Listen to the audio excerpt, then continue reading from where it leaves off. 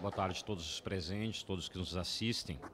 De fato, o INSS se tornou a pauta do momento, né? Eu acho que isso, em grande parte, se deve à greve que nós fizemos e encerramos agora na semana passada, justamente que tinha como um dos objetivos denunciar essa situação calamitosa que veio resultar o nosso INSS, né? O INSS, que é um instituto, como diz o slogan, ou dizia o slogan há um tempo atrás, que era o instituto que gerenciava e gerencia o patrimônio de todos os trabalhadores brasileiros, né? Pela importância que tem, um dos maiores distribuidores de renda do país, diversos municípios do interior, principalmente, municípios menores, dependem da renda distribuída pelo INSS e dessa importante política pública.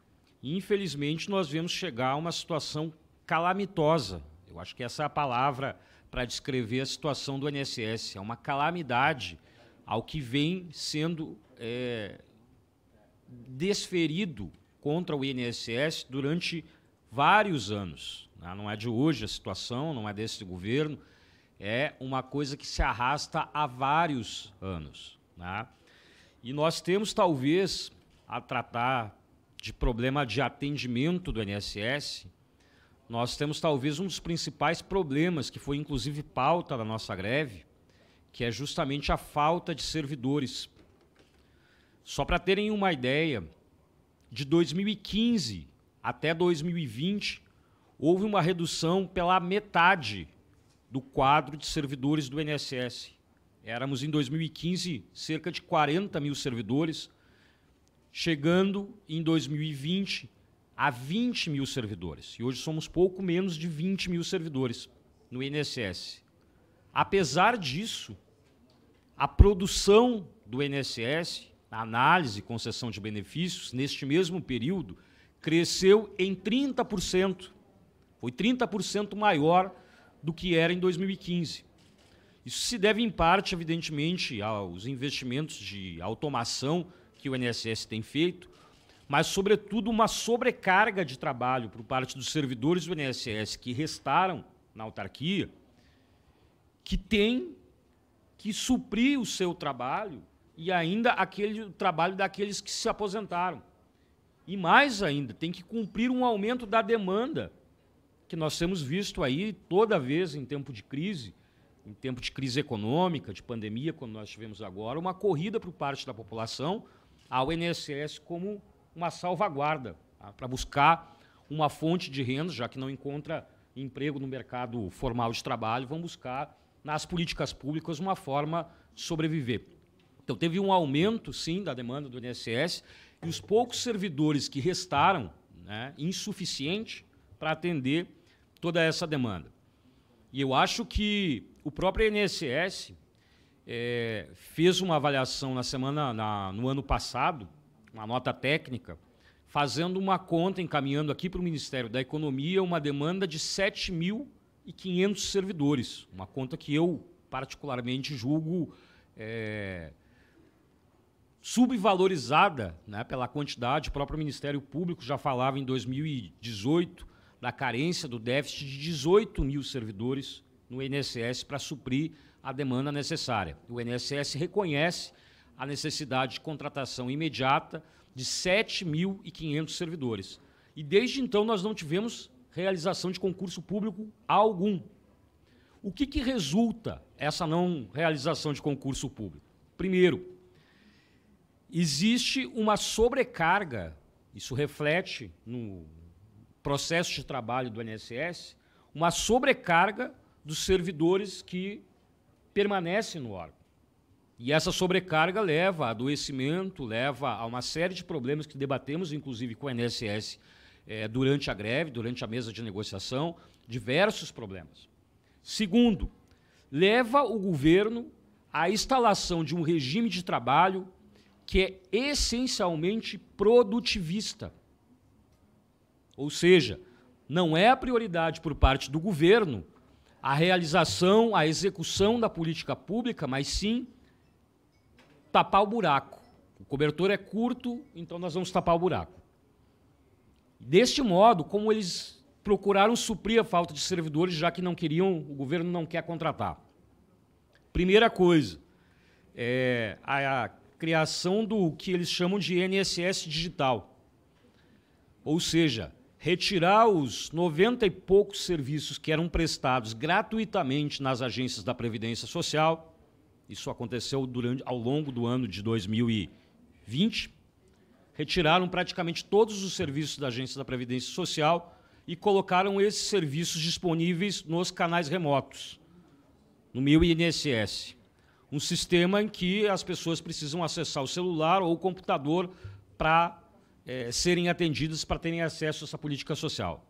Agora, qual é o problema? Grande parte da nossa população, do nosso público-alvo, das pessoas que usam do INSS, são pessoas ou idosas, ou pessoas pobres, ou as duas coisas.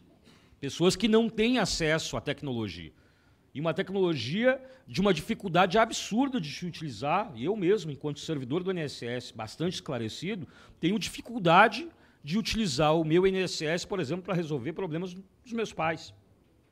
Tivemos problemas agora com... É difícil, é complicado, que tem acesso ao governo digital e uma série de outras coisas, como políticas de segurança. A outra forma, além do INSS digital, é a terceirização dos serviços. E aí nós vemos uma terceirização bastante grande. A reforma administrativa que está em debate aqui na Câmara dos Deputados, através da PEC 32, está sendo já há alguns anos implementada no INSS, através do que eles chamam de acordo de cooperação técnica, que nada mais é do que tentar suprir e jogar parte do serviço que era executado na Agência da Previdência Social para sindicatos, para advogados, para atravessadores, despachantes e outras formas, que obviamente cobram pelo serviço que eram prestado gratuitamente. Então nós temos casos aí em várias agências, relatos de pessoas que tentam ser atendidas na agência do INSS, o servidor hoje é obrigado a mandar essa pessoa para casa para procurar o atendimento remoto e na porta da agência tem o que se conhece de atravessadores, de pessoas que já vendem este serviço. Em Porto Alegre havia, inclusive, uma banquinha de jornal que eles instalaram e improvisaram uma espécie de agência da Previdência Social. Eram encaminhadas as pessoas ali para aquele guichê improvisado ali. Então, essa situação calamitosa que vem colocar.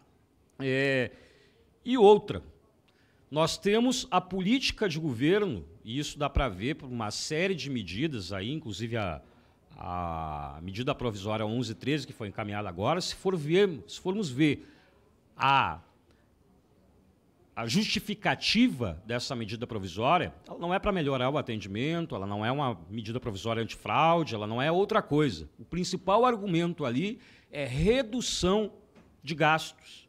E aí nós temos visto que o governo, durante todo o tempo que permaneceu no Ministério da Economia, principalmente, essa política persiste no INSS, o INSS tem se tornado, a política implementada no INSS tem se tornado uma política de ajuste fiscal, de economizar dinheiro, como os pente finos que foram feitos no INSS, desde o governo Temer, inclusive, de economizar dinheiro nas costas dos trabalhadores, nas costas dos segurados.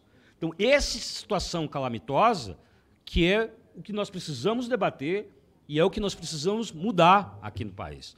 Nós tivemos alguns avanços importantes aí na questão do nosso acordo de greve, tivemos avanço, uma negociação, acho que definimos pontos importantes, mas esses pontos precisam ser, de fato, implementados, como é a questão das melhores condições de trabalho, de atendimento para a população. Temos aí a instalação por parte do INSS, estamos aguardando ainda, mas acredito que vai sair logo, a instalação de uma mesa permanente de negociação para que a gente venha discutir as relações de trabalho no âmbito do INSS, que os servidores tenham capacidade de executar o seu serviço e executar o seu serviço bem, não nessa ótica produtivista como tem sido até agora. A questão do reconhecimento da carreira típica de Estado dos servidores do INSS, que não é outra coisa, deputada, que não a defesa e o reconhecimento do INSS 100% público, gratuito, para prestar essa política para a população.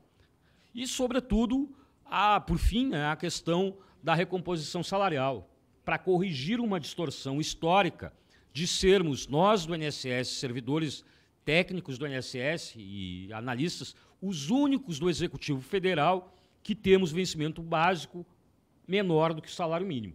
Então, isso deve ser encaminhado, creio que já foi encaminhado para o Ministério da Economia. Esperamos que o Ministério da Economia encaminhe esse estudo feito pelo INSS em conjunto com os trabalhadores aqui para a Câmara dos Deputados, para que seja, de fato, aprovado e corrigimos essa distorção histórica. Então, é isso. Muito obrigada, senhor Daniel, pela sua participação. Agora eu concedo a palavra à senhora Verônica Maria Monteiro Rocha, que é a vice-presidente de Patrimônio da Associação Nacional de Servidores Públicos da Previdência e da Seguridade Social, ANASPES, por 10 minutos. Boa tarde Senhora a todos, Verônica. tá?